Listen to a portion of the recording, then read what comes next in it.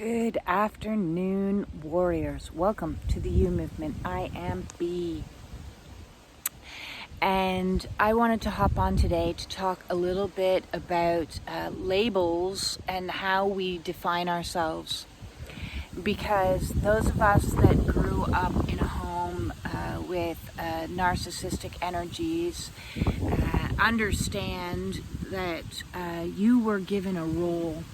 And with that role came a whole bunch of definitions that were projected onto you that you may have carried with you your whole life. So under the role of either the scapegoat or the golden child or the lost child, what you're given is a script, a program, so to speak, and that program has lots of sub-labeling and descriptors that you take ownership of and carry with you. So, for example, my labels were the fuck up, the problem child, I make bad decisions, I am unlovable, I am a difficult person. All of these types of labels were placed upon me, and we go through life not only receiving labels of outsiders describing what we are in our immediate family, but our extended family, and then society as a whole. So we have all kinds of descriptors that we then assume must be truth, because if somebody else is saying it to you, especially from a source that is a family member, you assume what they're saying to you is true. But that extends out. Maybe in school you were seen as less intelligent because you had to be in a remedial class, or a difficult somebody who's acting up and constantly sent to the principal's office, or somebody who is the opposite sides of these can be true as well, exceptionally gifted, and then there's this expectation to fulfill this. The golden child may have this high bar that they always have to need to meet, which are defining them. So the other day, I did some creative writing on my Facebook, which I enjoy doing because it's a practice exercise to help me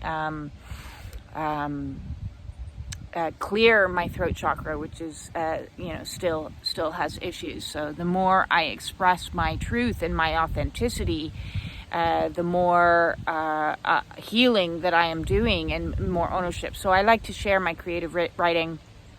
And those that follow me on Facebook see some of my posts. And I just wanted to share with you this one because it really got me thinking about all of the ways that your reality is negated, or your person is defined. Your sense of self is defined by others as the mirror out back to you, instead of defining ourselves from truth, from within, from source. So this is called negated reality. I was abused. No, you weren't, because I never saw it, and they were always nice to me. I am autistic. No, you aren't. Just don't do those things. Those things, how I talk, the expressions on my face, the way my hands move. Just be natural. This is natural. This is me. The other way was masking. I am grieving. You should really get over it and move on with your life. I have complex PTSD.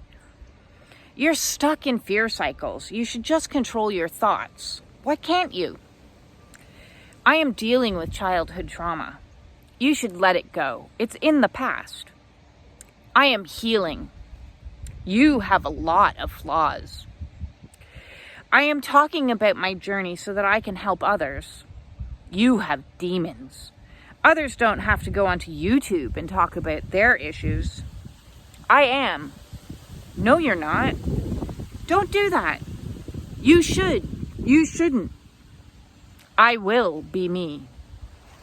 So on this awakening path, the whole crux of it, some of the beauty of it is peeling away all the mistruths, all the identity that is been projected onto you from other people's, or conformity that has been forced upon you so that you can survive in an abusive situation, or so you can fit in and find a place of belonging, maybe not actually with people you actually belong with, but you just want to belong somewhere, so you alter yourself in one way or another. So when I started speaking my truths and coming out of the spiritual closet, so to speak, and redefining myself by my own internal senses of self, it meant a lot of change. A lot of things I had to put down and rip away and peel away. No, I'm not a fuck up. I do make good decisions. I do what's right for me with the information that I know at the time.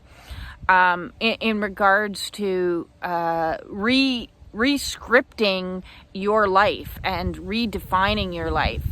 So a useful tool that I had done at the very beginning was to write down all of the mistruths and replace them with all of the truths. So, if I was told that I'm unlovable, I had to re-look at that from a perspective of, well, my son loves me, and other people in my life have loved me, so therefore that can't be true.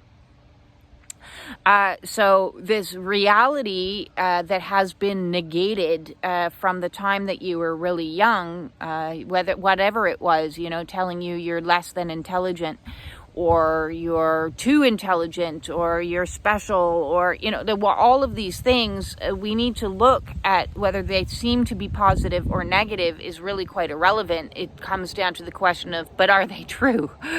There's, even if you look at it from a special point of view, yeah, we're all special, but nobody is more special than anybody else. And so the age of entitlement may have had you believing that you were more deserving, or in a special place over other people, which could have caused you a lot of issues in your own life.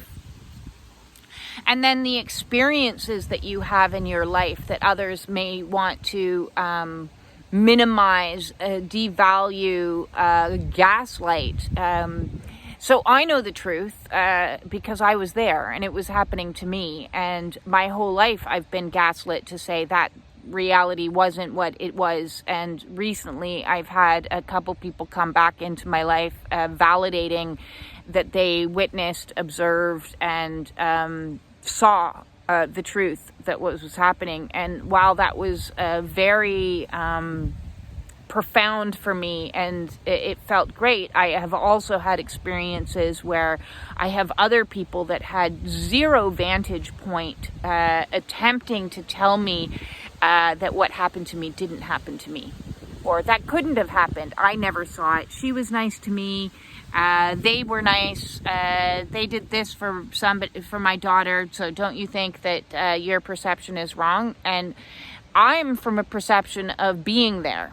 They're from a perception of completely and utterly nobody knows what's going on behind closed doors. Nobody knows. So if you know that something happened to you, that is truth. And it doesn't matter what perceptions other people carry with you and attempt to project onto you, because it may be a less than desirable truth. Truth isn't desirable. Truth is truth.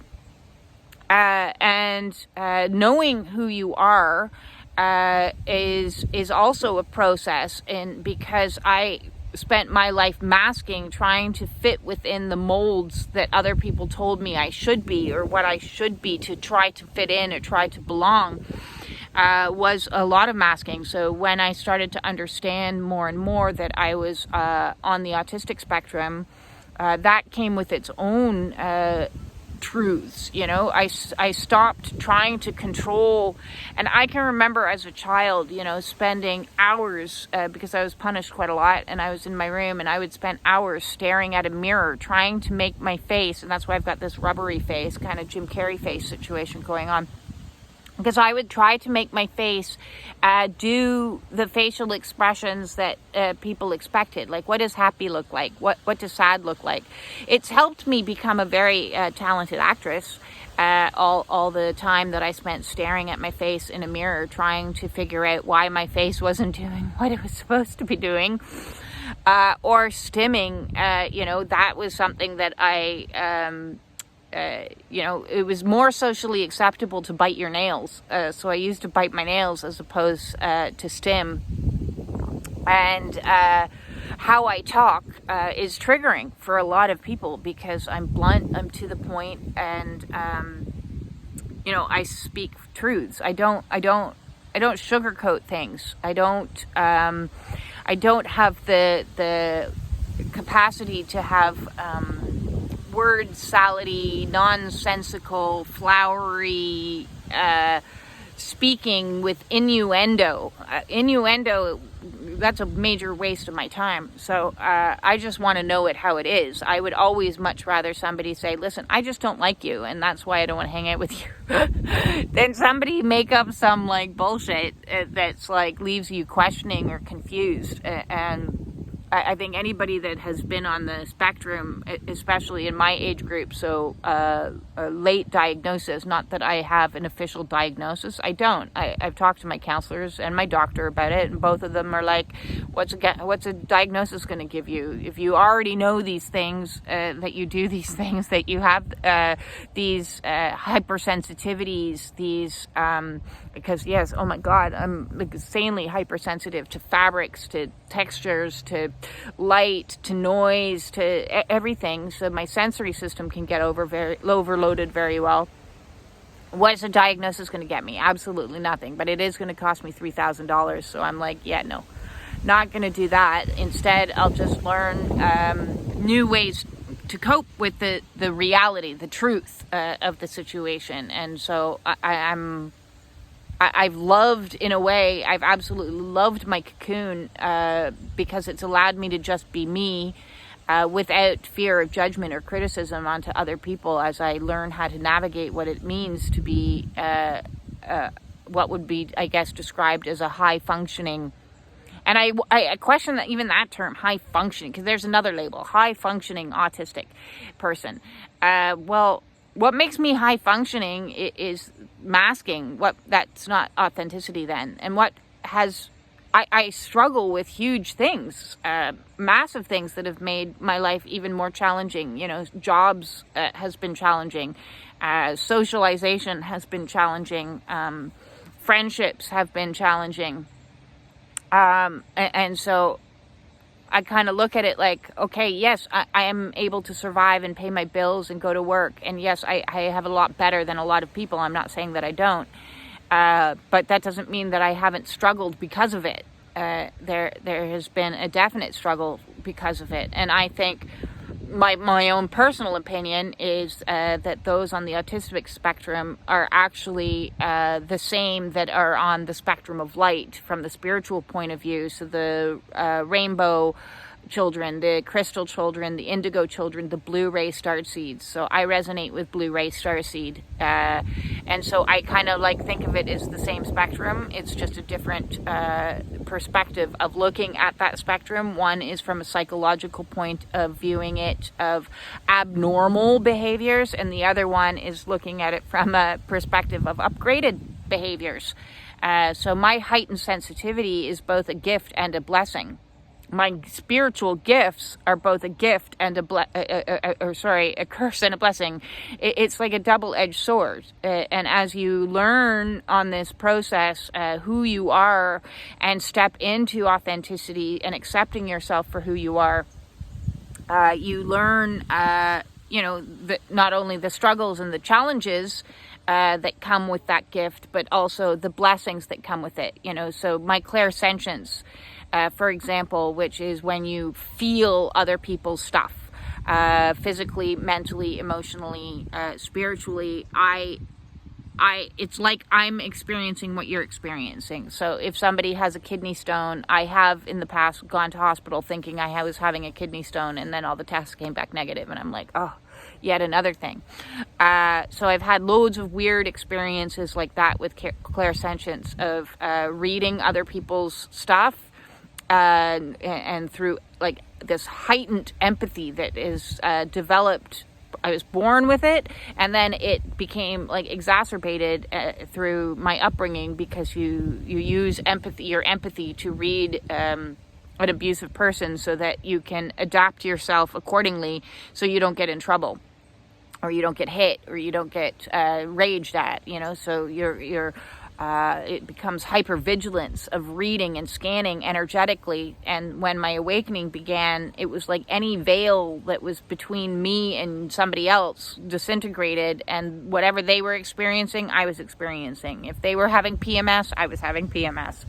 If they were having a headache, I was having a headache. If they were having emotional fluctuations, I was having emotional fluctuations. So learning to navigate that was very challenging, and I'm so incredibly grateful for this isolation period that I've been put in, because it's allowed me to more and more practice and figure out, well, what's mine and what's theirs, and whose is this, and where's this coming from. And I've had experiences where it's coming from people on the other side of the world. You don't have to be in the same room as me. I can pick up on stuff, and so that's its whole thing. And the more I learn about myself and my truths, the more in my authenticity I can be. And that's my ultimate quest, is to just be me for the first time in my life. Figuring out who that is. As I said, ripping off all the labels that don't belong, and putting on all the labels that do belong. And as you go through your awakening, a lot of other people may be judging you, because it's not like you have control over ego death, or control over dark night of the soul, or control over the trauma releases, control over extrasensory perceptions going online, control over having spiritual things that are in the like woo out there realm of earthbound souls and things like that. You don't. So as you're coming and going through what you're going through, whether it be grief cycles, or anger purges, or like last night I was having a heart activation, and my chest was like I couldn't sleep, and my thoughts are doing another thing, and I'm like, oh, full moon energy, here we go. Be aware that this isolation that we're put in serves to keep us protected as well, because others might project onto you their limited ability to do what you're doing. They can only meet you as far as they've met themselves. And so as you're going through these grief cycles, or these trauma releases, you're healing and you're purging, and it can be very triggering for other people. They're like, pull yourself together. Why are you crying all the time? Get up. Why are you like, you're lazy, maybe, if you're like exhausted, because the physical symptoms of going through spiritual awakening have been overwhelming. And at times you go through cycles where you're just bedridden. You just can't move. You're absolutely shattered. And so if you have other people around you trying to define onto you that what you're doing is good or bad, or you should or you shouldn't, or do or don't, those types of things, re-look at it as a blessing that you've been placed in this hermiting phase, so that you can feel however you feel, so you can think however you think. Although be aware of the thinking, because sometimes your thinking is inner critic or other aspects that are telling you lies anyways. So you don't need to hear lies from the outside. You hear enough of them with the malware program up there running, saying, I'm worthless, this is never going to work, I'm not getting anywhere, why won't it, and so if we're hearing that negative chatter, that's the malware. That's the reprogramming that's required. And as you deal with your childhood trauma, be aware that, some people may project onto you because, again, people can only meet you as far as they've met themselves. And if they've not addressed their own inner wounds, and if they've not addressed their own healing stuff, they're going to see what you're doing as disruptive because it's shining a light onto what they've not been willing to do themselves. So it reminds me of those like snarky memes where people comment out, oh, well, I was spanked as a child and I was fine. Well, no, you're not fine, because that's the most passive aggressive and kind of negating comment you can throw out. So that tells me that you're not fine. Meanwhile, they probably go home and are smoking loads of cigarettes and drinking loads of beer and eating loads of foods and gaming and not doing, any number of distractions or distortions. So when people project onto you that your healing is in some way wrong or in some way a negative, then just look at it as, oh, well, I'm sorry that you haven't healed that. I gotta go. I gotta protect myself. Peace out. I'm out of here, because this quest for this hero's journey, your awakening, your Kundalini awakening, is got nothing to do with what's happening outside of you. It's an internal journey. And so people on the external aren't going to understand. They'll project their own fears, their own societal limitations of what's acceptable, what's not acceptable.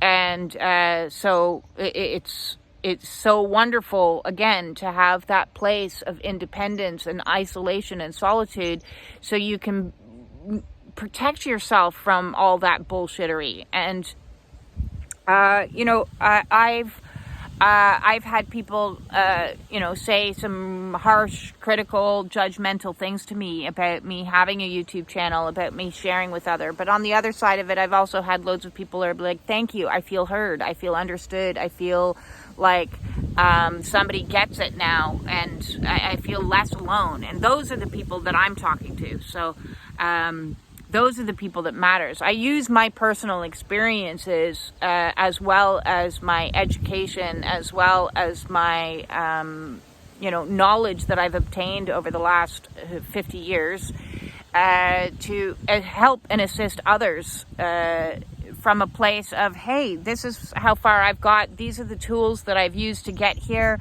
If I can do it, you can do it. I'm not special. I'm not a guru. I'm not, an expert at anything other than how to get the fuck out of bad situations and turn it around. Do a U-turn on your life. Whether that's a U-turn on your health and bringing yourself from a place where I was to where I am. And if you haven't seen the pictures, watch some of my earlier videos on the body.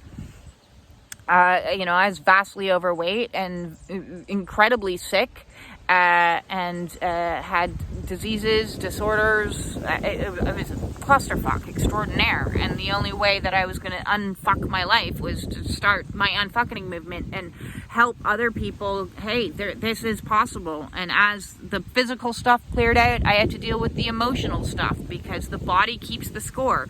So whether somebody is trauma informed or not is going to have a huge impact on their ability to understand or comprehend. If they know nothing about trauma, they're not experts on anything. So least of all you.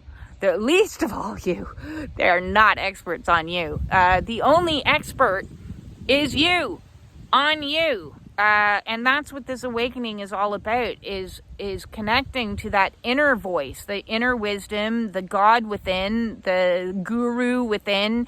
Be your own cheerleader, be your own advocate, be your own counselor, and be your own GPS, be you, which is why it switched to the you movement, because it's all about you. It is so vitally important. We've gone through our lives handing over the power to others to define us, to label us, to minimize us, And this is about taking all of that power back and saying, no, I'm going to be me. Thanks. Thanks for your impression, your opinion, your judgment, your criticism, your everything else, and shove it. And this has been a wonderful blessing along this path for me, is finally learning to not give a fuck about what other people think, because I used to be terrified. I used to be it was one of my biggest fears. I was so scared of what other people would think. I was constantly scared what my mother would think in any given conversation, any given visit. I was always in a state of like, I have to worry about this, worry about that. I have to greystone and say as little as possible. I have to make my hair look a certain way. I have to dress a certain way. I have to nonsense. And the same workplaces. What are they judging me for? School places, social situations. I lived my life through the definitions of other people. And now I learn I live my life by the definitions of me, and I'm going to continue to be me. And if people don't like that, that's okay. You don't have to like me.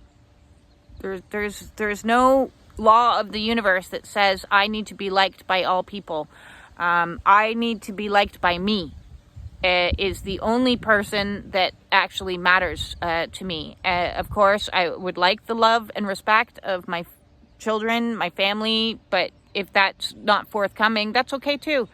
That's okay, because Soul Tribe, which is something that is like a gift, the more you become yourself, the more you attract your tribe, the people that actually resonate with you, the people that understand you, the people that don't take offense by the way that I talk, with my hate you over the head attitude, with my swearing, with my, I'm going to call it out like it is, with my facial expressions, with my weird stimming, with my, the way I dress, the way I move, the way I be.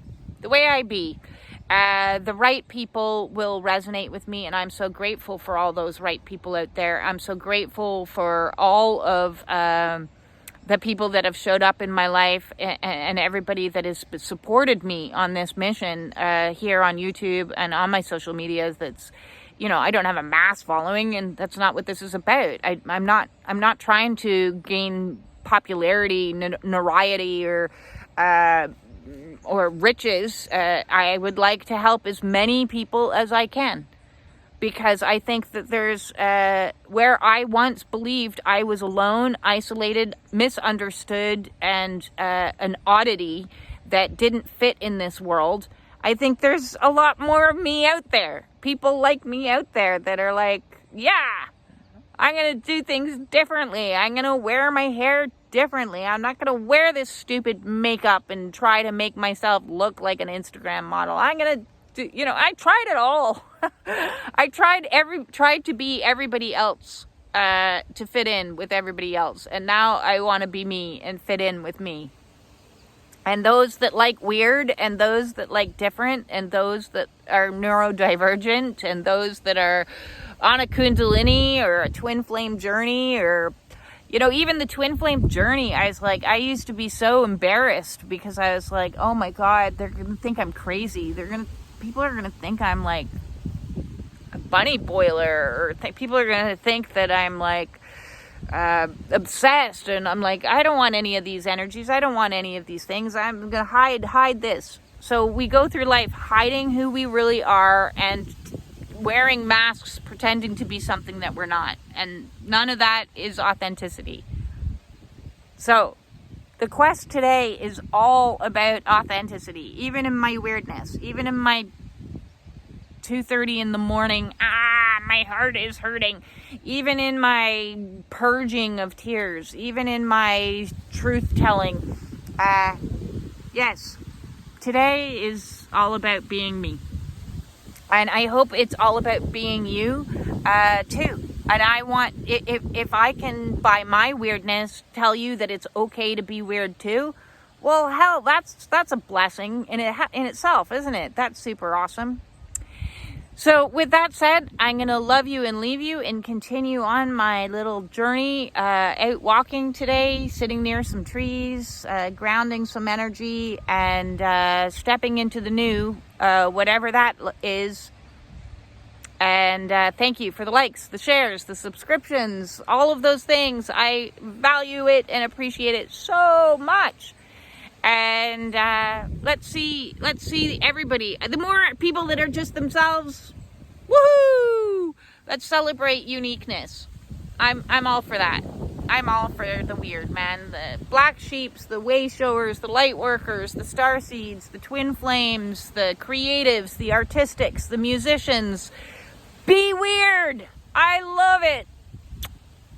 Peace out.